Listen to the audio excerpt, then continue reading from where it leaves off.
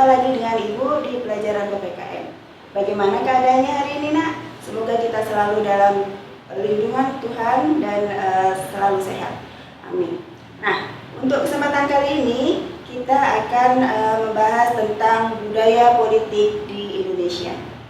Dalam bab ini kita akan membahas tentang yang pertama tentang pengertian budaya politik, yang kedua tentang komponen-komponen budaya politik, yang ketiga tentang faktor-faktor yang mempengaruhi budaya politik, yang keempat tipe-tipe budaya politik, yang kelima model kebudayaan politik, dan yang keenam ciri dominan budaya politik di Indonesia. Baiklah, materi yang pertama tentang pengertian budaya politik. Nah, secara harfiah kita tentu tahu ya, budaya politik itu berasal dari dua kata ya. Yang pertama budaya dan politik. Budaya sendiri itu berasal dari bahasa Sanskerta atau budaya yang mempunyai arti akal, ide atau pikiran. Nah, ciri-ciri budaya sendiri antara lain dapat dipelajari, dapat diwariskan, diteruskan, hidup di masyarakat dan dapat dikembangkan. Nah, kemudian politik. Politik itu berasal dari bahasa Yunani yang berarti polis atau mempunyai arti negara atau kota. Jadi budaya politik secara umum dapat diartikan bahwa suatu sistem nilai bersama suatu masyarakat yang memiliki kesadaran untuk berpartisipasi dalam pengambilan keputusan atau kebijakan publik. Oke, kemudian komponen-komponen budaya politik. Dalam komponen ini ada dua ya, yaitu orientasi warga negara terhadap sistem politik dan objek politik. Kemudian orientasi warga negara terhadap sistem politik sendiri itu dibagi menjadi tiga. Yang pertama orientasi kognitif. Oke, sebelumnya mungkin kita belum tahu ya orientasi itu apa. Orientasi itu lebih ke penentuan sikap. Nah, oke, yang pertama orientasi kognitif. Jadi di sini adalah orientasi atau sikap yang menyangkut tentang pemahaman atau pengetahuan dan keyakinan individu terhadap sistem politik dan atributnya. Nah, kita udah bicara tentang sistem politik di semester lalu ya. Mungkin ada beberapa hal yang perlu kita ingat kembali. Jadi dalam sistem politik itu dari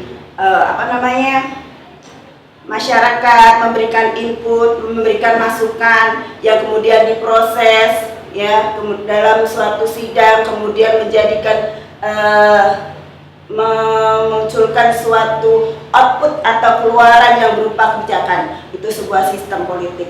Nah, kemudian atributnya itu misalnya tentang ibu kota negara, lambang negara dan lain sebagainya. Oke, kemudian yang kedua adalah orientasi afektif.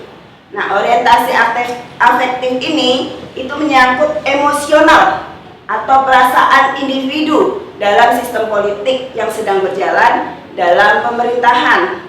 Ya, jadi bagaimana sih sikap atau perasaan seseorang terhadap sistem politik yang berjalan? Apakah dia menerima, ya, menyambut, atau justru apatis atau acuh tak acuh terhadap sistem politik.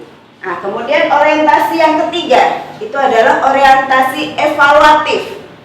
Orientasi evaluatif di sini adalah orientasi yang menyangkut kapasitas individu dalam rangka memberikan penilaian terhadap sistem politik yang berlangsung dan bagaimana peran individu di dalamnya. Kemudian yang kedua tadi ya, komponen yang kedua adalah objek politik. Nah, di sini objek politik ada tiga ya, yaitu objek politik umum.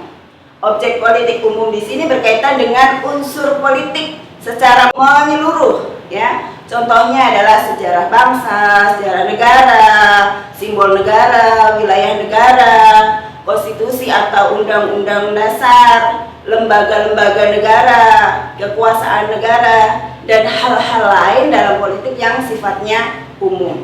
Kemudian objek politik input.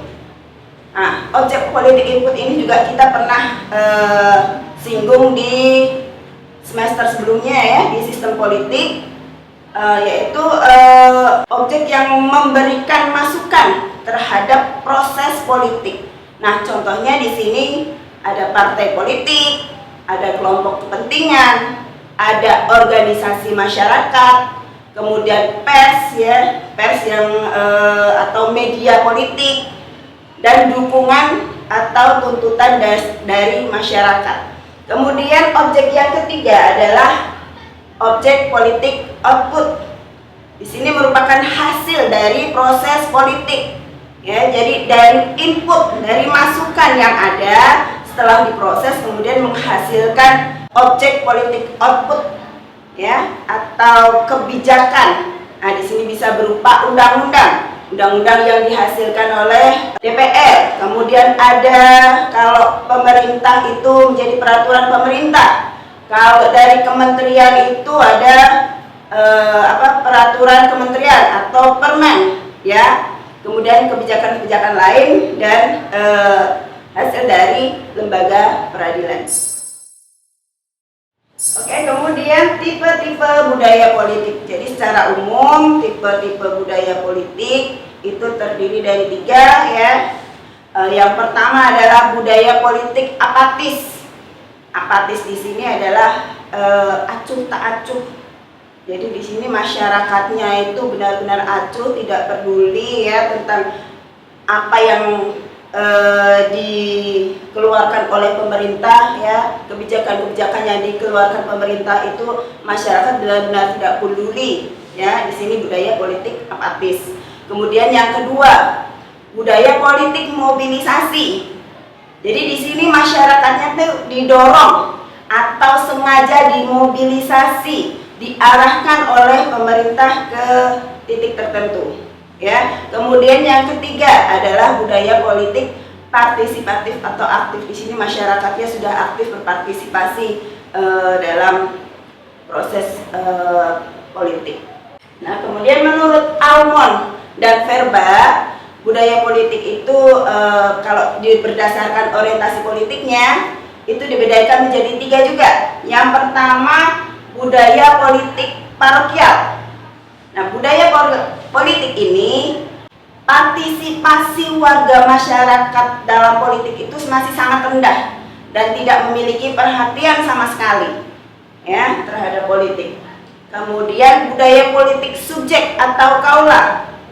Jadi merupakan budaya politik yang terjadi ketika warga negara memiliki pengetahuan ya, memiliki pengetahuan mengenai pemerintahan dan kebijakannya, namun belum memiliki orientasi untuk terlibat secara aktif dalam proses politik.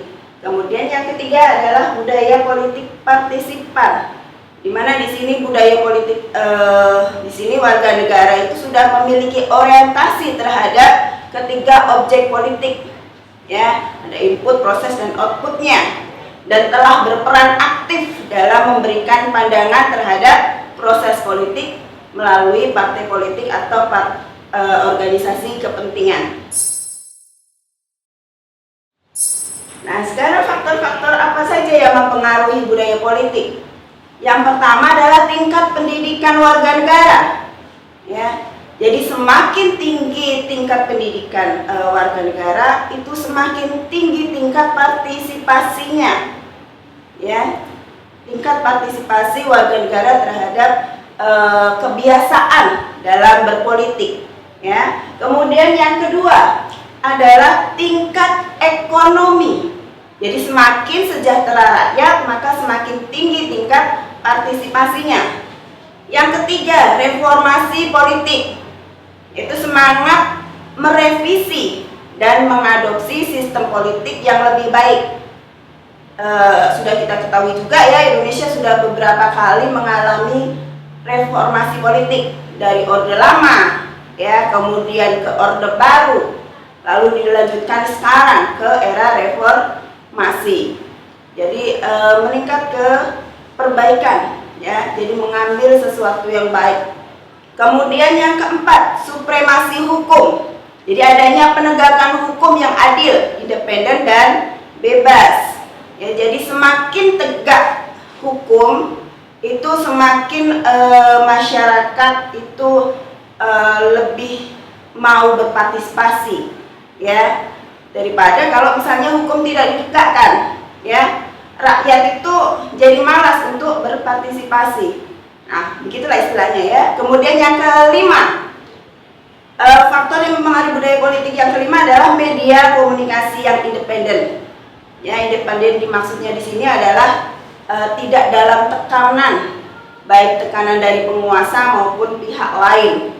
Ya, di sini media komunikasi sebagai kontrol sosial dan memberikan informasi, ya, dari pemerintah ke masyarakat dan dari masyarakat sebagai kontrol sosial bagi pemerintah. Oke, setelah mengetahui tadi tipe-tipe budaya politik, sekarang ada model budaya politik, ya. Jadi model kebudayaan politik di sini ada 3 juga, ya. Yang pertama masyarakat demokrasi industrial, yang kedua masyarakat dengan sistem politik otoriter, dan yang ketiga masyarakat demokratis pra-industrial. Yang pertama masyarakat demokrasi industrial.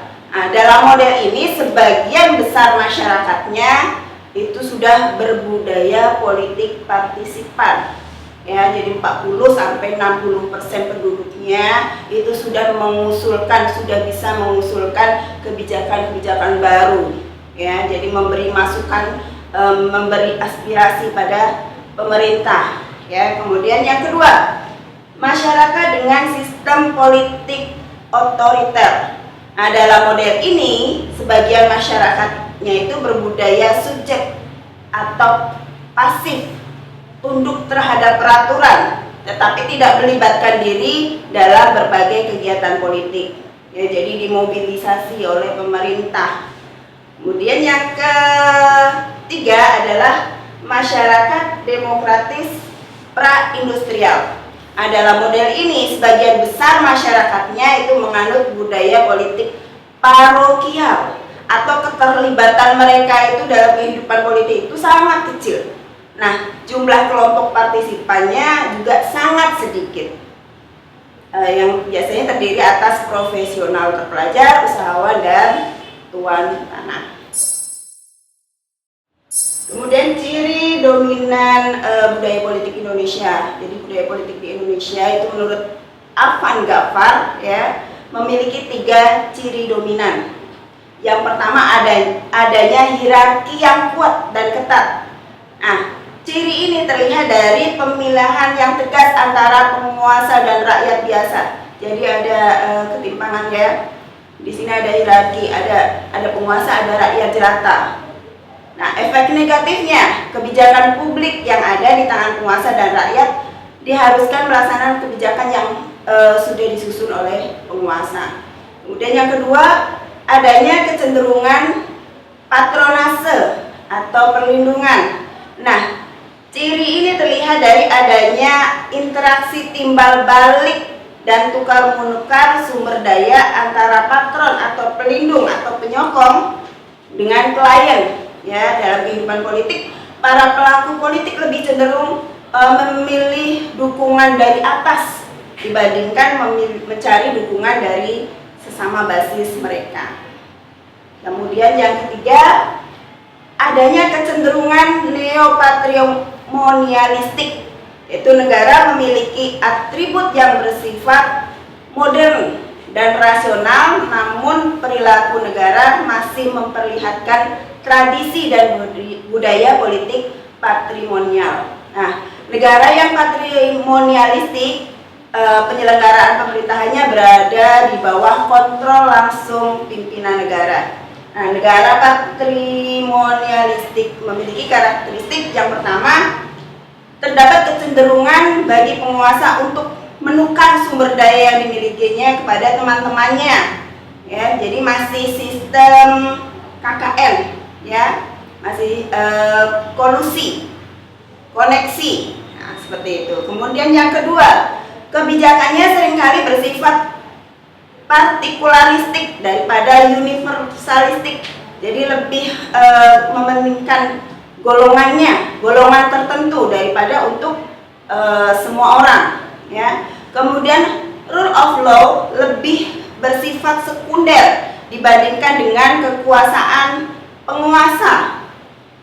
Di sini maksudnya adalah hukum itu bukan sesuatu yang utama, tapi justru yang utama itu adalah kekuasaan penguasa. Ya, kemudian yang keempat, penguasa politik sering mengaburkan antara kepentingan pribadi dan kepentingan publik. Nah, demikianlah materi untuk hari ini. Semoga dapat diterima dan tetap semangat dan tetap sehat. Wassalamualaikum warahmatullahi wabarakatuh.